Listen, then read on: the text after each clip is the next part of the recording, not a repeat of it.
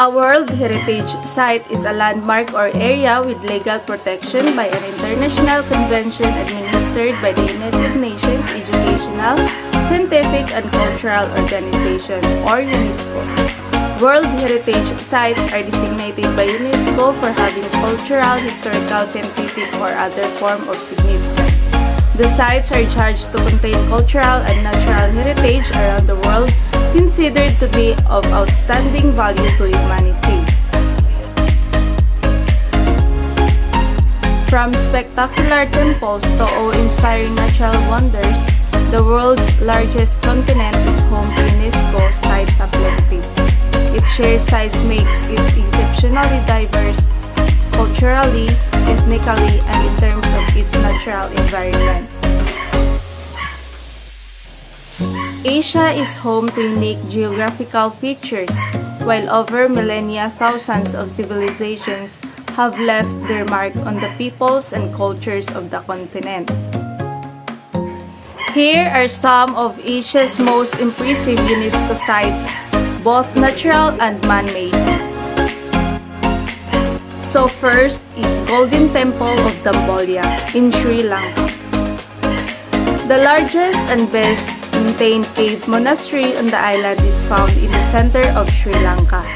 Its 5 shrines, which are decorated with statues and religious murals showing Buddhist scenes, are tucked away beneath colossal rocks. Since the 1st century BC, people have flocked their own pilgrimage. Second is the Great Wall of China. Measuring over 20,000 kilometers, the Great Wall was built from the 3rd century BC to the 17th century to defend numerous Chinese empires from invaders from the north. It comprises a number of fortifications made of earth, wood, brick, and stone, including walls, fortresses, watchtowers, horse track, and passes. Not only did the wall protect the country from conquerors, but it also preserved Chinese culture and tradition. Third is Historic Center of Bukhara in Uzbekistan. The Uzbek city of Bukhara, which dates back more than 2,000 years, is situated along the Silk Road. Its strategic position at the intersection of trade routes made it a magnet for merchants and travelers, and it was once one of Central Asia's greatest cities. It served as a long-standing hub for religious and cultural studies before developing into a thriving and illustrious center of Islamic learning. The Ismail Samanid Mausoleum, an outstanding example of Muslim architecture from the 10th century, is one of the city's beautifully maintained structures. The fourth is the rice terraces of the Philippine Cordilleras in the Philippines. These magnificent rice terraces, which can be found in northern Luzon Cordillera region, which chase lead into the slope of over 2,000 years ago by the Ifugao people. Complex technical methods are used in the stone and mud terraces to collect water from the mountain tops.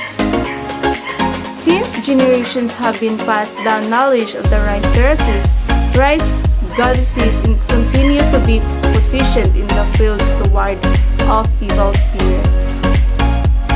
And the fifth is the historic monuments of ancient Kyoto in Japan. Kyoto served as Japan's imperial capital from 794 AD until the 19th century, and it was the epicenter of Japanese culture for a millennium. Between the 9th and 17th century, both religious and secular architectures thrived, and beginning in the 19th century, its garden design and impact on nations all over the world. The city features stunning Buddhist temples, opulent palaces, and cutting-edge museums. It is distinguished by traditional Japanese wooden architecture and lovely Japanese gardens. Today, UNESCO protects these historical sites so that we can explore, understand, and learn from our collective past. The perfect pursuit, we think, on any vacation. Think these spots are all far away, in distant foreign lands? Think again. We've picked a few that are practically in your own backyard. Here are the UNESCO World Heritage Sites in North America. The first is Everglades National Park in Florida. South Florida's massive wetlands preserve a complex ecosystem, sometimes called a river of grass.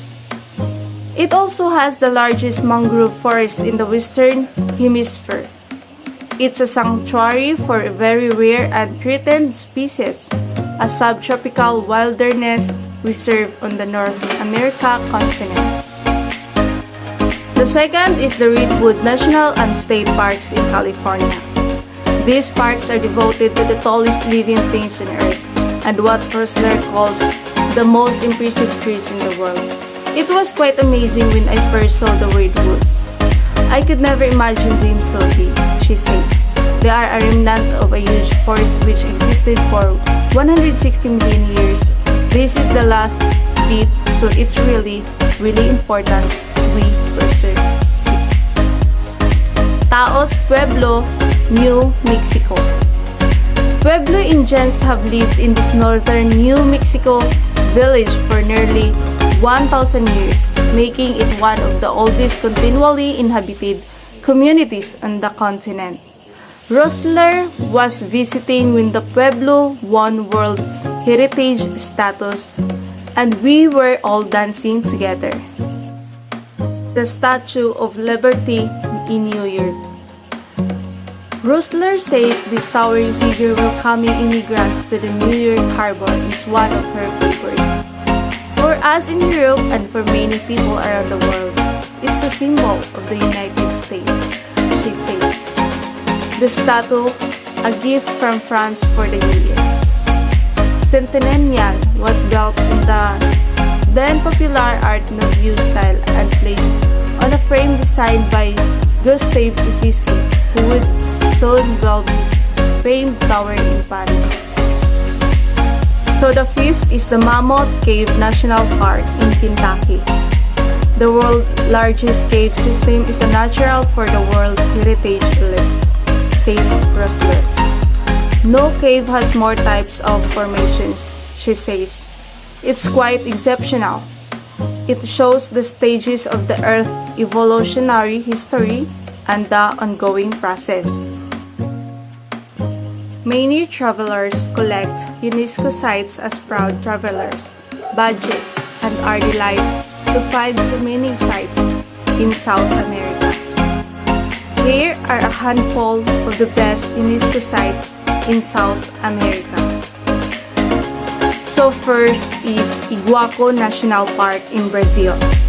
The Iguaco Falls stretches over 2 miles across Brazil and into the Iguazu National Park in Argentina, one of the world's oldest and largest waterfalls. The spray from the 2,700-meter top creates a cloud-like atmosphere where animals and plant life thrive. While this is perfect vacation spot for bird lovers to spot over hundreds of species, nature lovers are delighted to find howler monkeys, jaguars, giant anteaters, and tropical flora and fauna. The second is the Rapa Nui. Easter Island, also known as Isla de Pascua or Rapa Nui by the Spanish and Polynesian, is one of the most alluring sacred sites on Earth. A Polynesian settlement famous for its enigmatic giant stone figures. The Moai were built centuries ago but continue to remain a mystery and are only linked to the demise of this isolated Polynesian culture. The third is the Galapagos Islands. These 19 islands and its animal inhabitants once inspired Charles Darwin's theory of evolution by natural selection and continue to delight all travelers who visit its shores. Perhaps the last unspoiled place on Earth where man continues to respect the boundaries of Mother Nature and wild creatures prosper without fear of man. Walking amongst this wildlife creates a memory you will never forget. And the fourth is Machu Picchu.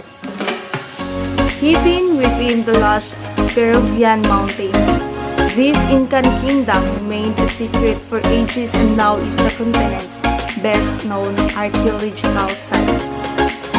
While some travelers choose a flash train ride to enjoy the view in comfort, others choose to trek the original Inca Trail and after several days are delighted by the ruins that dot the terraces.